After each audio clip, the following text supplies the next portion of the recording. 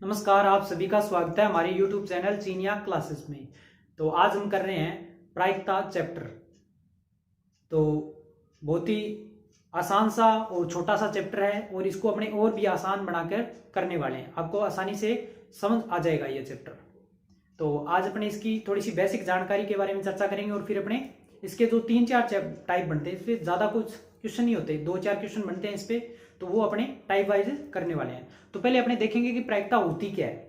तो इसको मैं एक एग्जांपल के थ्रू समझाने की कोशिश कर रहा हूँ कि कभी भी जैसे कोई दो टीम का मैच हो रहा है तो आपसे पूछ लिया जाए कि मैच में कौन जीतेगा, तो आप वहां पे एक आंसर देते हो। क्या देते हो कि या तो जो टीम खेल रही है वो जीतेगी या बॉलिंग कर रही है वो जीतेगी। यानी कि दो टीम खेल रही है तो दोनों की संभावना क्या है, 50-50% है। तो आप क्या कहते हो, एक संभावना में आप यूं बोलते हो कि शायद ये टीम जीत सकती है, शायद वो टीम जीत सकती है। तो यहाँ पे क्या चीज है, यहाँ पे एक संभावना प्रकट हो रही है और यही संभावना जिसको अपने क्या कहते हैं, प्रायिकता कहते हैं। तो प्रायिकता को इंग्लिश में कहते हैं प्रोबेबिलिटी। इंग्लिश में भी ध्यान रखना है आपको। और आपको अब अपने समझना है कि इसको अगर एग्जाम में कई बार यूं पूछ लिया जाता है कि प्रायिकता की परिभाषा बताओ क्या है, तो आपको ये याद रखनी पड़ेगी। आपको किताबी लैंग्वेज याद नहीं करना, आपको अपनी लैंग्वेज में समझना है और लिखना है। क्या समझना है कि किसी भी घटना, कोई भी काम हो रहा है तो वो एक घटना है। तो उस घटना के, किसी घटना के घटित होने, या तो वो काम होएगा या नहीं होएगा। संभावना है ना, जैसे आसमान में बादल छाए हो तो आप क्या कहते हो, या तो वर्षा आज होएगी या नहीं होएगी। तो ये क्या है, वर्षा होना एक घटना है। वर्षा हो भी सकती है और नहीं भी हो सकती है। तो यहां से अपने लिख सकते हैं कि किसी घटना के घटित होने, कोई घटना घटित हो रही है या घटित न होने की जो संभावना होती है वो क्या कहलाती है, वो कहलाती है आपकी प्रायिकता। तो ये परिभाषा आपको जब भी पूछ ली जाए कि प्रायिकता क्या होती है, आप परिभाषा में ये लिखोगे, किसी घटना के घटित होने या घटना के घटित न होने की जो संभावना है वो क्या कहलाती है, आपकी प्रायिकता कहलाती है। एक नंबर क्लियर आपका। फिर दूसरी बात आती है कि प्रायिकता का मान कहां से लेकर, लिमिट पूछी जाती है एग्जाम में कि प्रायिकता का, ये काफी इंपॉर्टेंट चीज है, ये पूछी जाती है अधिकांश, कि प्रायिकता का मान कहां से लेकर कहां तक होता है। तो इसको अगर मैं एक लैंग्वेज में समझाऊं तो प्रायिकता का मान 0 हो सकता है। मैंने लिखा है 0 या 0 से ज्यादा, 0 या 0 से ज्यादा।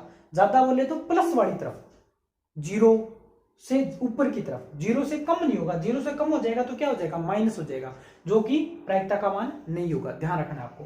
तो 0 या 0 से ज्यादा तथा 1 या 1 से कम। एक या लगाया, इसका मतलब एक हो सकता है। मैंने लिखा 0 या 0 भी हो सकता है। तो 0 या 0 से ज्यादा तथा 1 या 1 से कम होगा। इसको अगर अपने मैथमेटिक लैंग्वेज में बात करें तो इसको ऐसे लिख सकते हैं, 0 is less than equal, P लिखा है मैंने, तो P मैंने अल्फाबेट लिया है प्रायिकता का, प्रोबेबिलिटी। तो PA मतलब कोई भी घटना, कोई भी कुछ भी कर सकते हो, लेकिन यहाँ पे आपको रखोगे P, अंदर ABCD आपको जो भी ठीक लगे उस घटना के अकॉर्डिंग लिख देना। तो आपको ध्यान रखना है कि प्रायिकता का जो मान होगा वो 0 हो सकता है या 0 से ज्यादा। अब देखिए इस तरफ मुंह खुल रहा है, जिस तरफ इसका मुंह खुलता है वो संख्या होती है बड़ी, और जिस तरफ मुंह बंद, ये जो एंगल वाला तीर वाला निशान सा होता है उस तरफ होता है संख्या छोटी। तो 0 की तरफ बंद है, इसका मतलब 0 P से छोटा होगा। या नीचे देखिए बराबर का चिन्ह लिखा है, तो ये मैंने इसको एक लैंग्वेज में लिखा और ये मैथमेटिकल लैंग्वेज में लिखा है। तो जो प्रायिकता का मान होगा वो 0 से ज्यादा या 0 हो सकता है। फिर 1 से कम होगा। देखिए अब 1 की तरफ मुंह खुला है, तो 1 का मान, जो 1 है वो प्रायिकता का मान वो क्या होगा, 1 से कम हो जाएगा, और या फिर 1 के बराबर हो जाएगा। तो आपको एग्जाम में अगर पूछ लिया जाए कि प्रायिकता का मान कहां से लेकर कहां तक, तो आप ये भी लिख सकते हो और ये भी लिख सकते हो। अगर आपको ये याद रहता है तो सबसे बेस्ट है ये आंसर में दो आप। लेकिन अगर आपको याद नहीं रहता है तो आप ये भी लिख सकते हो, 0 या 0 से ज्यादा तथा 1 या 1 से कम होता है। इसका मतलब क्या है, प्रायिकता का मान होता है 0 और 1 के बीच में होता है, न तो 0 से कम होता है न 1 से ज्यादा। अपने एग्जाम में, अपने इस चैप्टर में क्वेश्चन करेंगे तो आप प्रैक्टिकली आप जानोगे कि क्या प्रायिकता का मान 1 से ज्यादा होता है या 0 से कम होता है या नहीं होता है। ये अपने लिख रहे हैं, अभी क्वेश्चन करेंगे तो आपको और समझ में आ जाएगा। तो ये थी वो बेसिक जानकारी जो आपको ध्यान रखनी है और एग्जाम में आपसे पूछी जाती है। तो उम्मीद करता हूं यहां तक आपको समझ आ गया होगा। आपको इसको नोट डाउन करना है। इस चैप्टर को अपने डिटेल में करेंगे और डिटेल में उतना ही करेंगे जितना एग्जाम में पूछा जाता है और उतना आपको समझ आ सके। तो फर्स्ट टाइप के अंदर अपने कर रहे हैं, एक बराबर घटना का घटित होना और प्लस घटना का घटित न होना। देखिए इधर जगह नहीं थी इसलिए मैंने इसको एक को आगे ले लिया, इस पर कोई इफेक्ट नहीं पड़ेगा, चाहे एक को बराबर में इधर लिखो चाहे उधर लिखो। अब यहां से देखने वाली चीज ये है कि कोई भी घटना घटित हो रही है, कोई काम हो रहा है या कोई काम नहीं हो रहा है, उन दोनों का टोटल जो योग होगा ना वो हमेशा एक होगा। कितना होगा? एक होगा। इसको तो मैंने एक परिभाषा के तौर पे लिखा है, घटना का घटित होना और घटना का घटित न होना। इसी को अगर अपने मैथमेटिकल लैंग्वेज में गणितीय रूप में लिखेंगे तो क्या लिखेंगे? अब देखिए घटना का घटित, घटना किस प्रकार की है? प्रायिकता वाली। तो प्रायिकता इवेंट, तो घटना घटित हो रही है, ये तो वो है जो घटना घटित हो रही है, इसको मैंने पीई लिख दिया। और ये वो है जो घटना घटित नहीं हो रही है, इसको एक लैंग्वेज में लिखा, इसको गणितीय रूप में अंदर लिख दिया। तो आपको फॉर्मूला चाहिए ये ठीक लगे इसको लिख लेना, और मैं तो सजेशन यही करूंगा आप इसको ध्यान में रखो। ये मैंने समझाने के लिए आपको लिखा है कि यही चीज है, इसको लैंग्वेज के अंदर ये लिखोगे और अगर गणितीय रूप में लिखते हो तो फॉर्मूले के रूप में डायरेक्ट ये यूज में करोगे। अब आपको ध्यान रखना है, यहाँ पे चाहे आप ए ले लो, चाहे पी ले लो, एक्स ले लो, एक्स वाई जेड कुछ भी ले लो, यहाँ पे आपको बार ध्यान रखना है पी की बात, प्रायिकता की बात हो रही है। तो ये चीज समझ आई होगी। अब इस पे आधारित क्वेश्चन कैसे आता है, जैसे यहाँ पे दे रखा है कि यदि पी ए, अब देखिए वो इसकी बात कर रहा है, पी ए इसकी बात कर रहा है, और ये क्या है? घटना का घटित हो रहा है, घटना का घटित होना, यानी कि कोई भी घटना है वो घटित हो रही है, उसका मान कितना है? 0.65।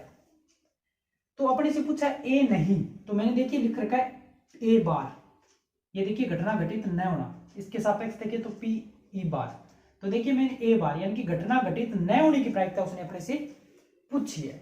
तो आपको ये फॉर्मूला याद पुट करना है, कैसे करोगे? देखिए पी, अब देखिए ई नहीं है, ए है यहाँ पे, तो अपने ए ले लेंगे, कोई दिक्कत वाली बात नहीं है।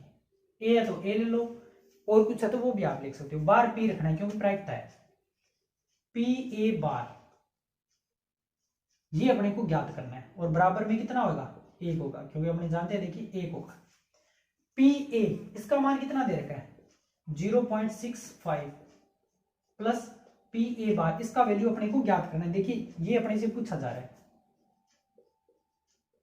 बराबर एक, इसका मान ज्ञात करना है। ये इधर प्लस का इधर आएगा तो माइनस का, पी ए बार बराबर 1 माइनस 0.65। अब एक में से 0.65 घटाना है। अब ये घटाना कैसे, ये भी आपको बता देता हूं, इसको आप ध्यानपूर्वक देखोगे, अधिकांश बच्चे इसमें गड़बड़ कर देते हैं। यहाँ पे देखिए एक है, अब जो पॉइंट आएगा वो एक के बाद में आएगा, ये पॉइंट से पहले वाली संख्या, और यहाँ पे देखिए पॉइंट से पहले कितना है? 0 है। तो ध्यान रखना है कि जो संख्या बड़ी है, जिसके साथ कोई भी पॉइंट नहीं, इसका मतलब वो संख्या उससे बड़ी है। यहाँ पे पॉइंट नहीं है, इसका मतलब ये एक, यहाँ पे 0 है, तो 0 से एक है, बट इसको ध्यान में नहीं रखना है, इसको पॉइंट से पहले वाली संख्या को ध्यान में रखना है। तो एक क्या किया, आप पॉइंट लगा के 0 लिख दो, जितने अंक पॉइंट के बाद में इधर है उतने इधर लगा दो। अब देखिए अब 0.65 इसमें से घटाना है आपको,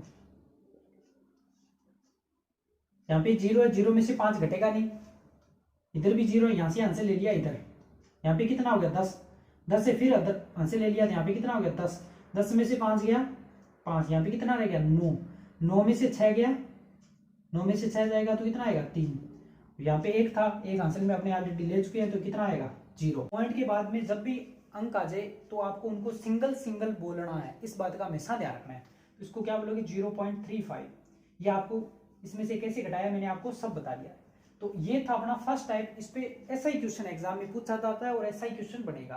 तो इस चैप्टर में अगर ऐसा क्वेश्चन और है, एक दो क्वेश्चन और है, तो वो आपको प्रैक्टिस के तौर पे खुद आपको उसका प्रैक्टिस करना है। तो मैंने आपको आज इस चैप्टर की इंट्रोडक्शन यानी कि बेसिक जानकारी बता दी, और टाइप फर्स्ट पे जो इस प्रकार के क्वेश्चन बनते हैं उसके बारे में आपको बता दी। ये कुछ फॉर्मूले थे जो मैंने एक फर्स्ट पहले बताया, और एक दूसरा ये था, इनको आपको ध्यान में रखना है। एक फॉर्मूला और है, वो भी आपको मैं नेक्स्ट क्लास में बता दूंगा। तो आज की अपनी वीडियो अच्छे से समझ आई होगी। यदि आप हमारे चैनल चीनिया क्लासेस पे नए हो तो चैनल को सब्सक्राइब अवश्य करें, और आप अधिक से अधिक इस वीडियो को शेयर करें, ताकि जो कक्षा 10 में उन बच्चों को इस वीडियो के थ्रू हेल्प अधिक से अधिक हो सके।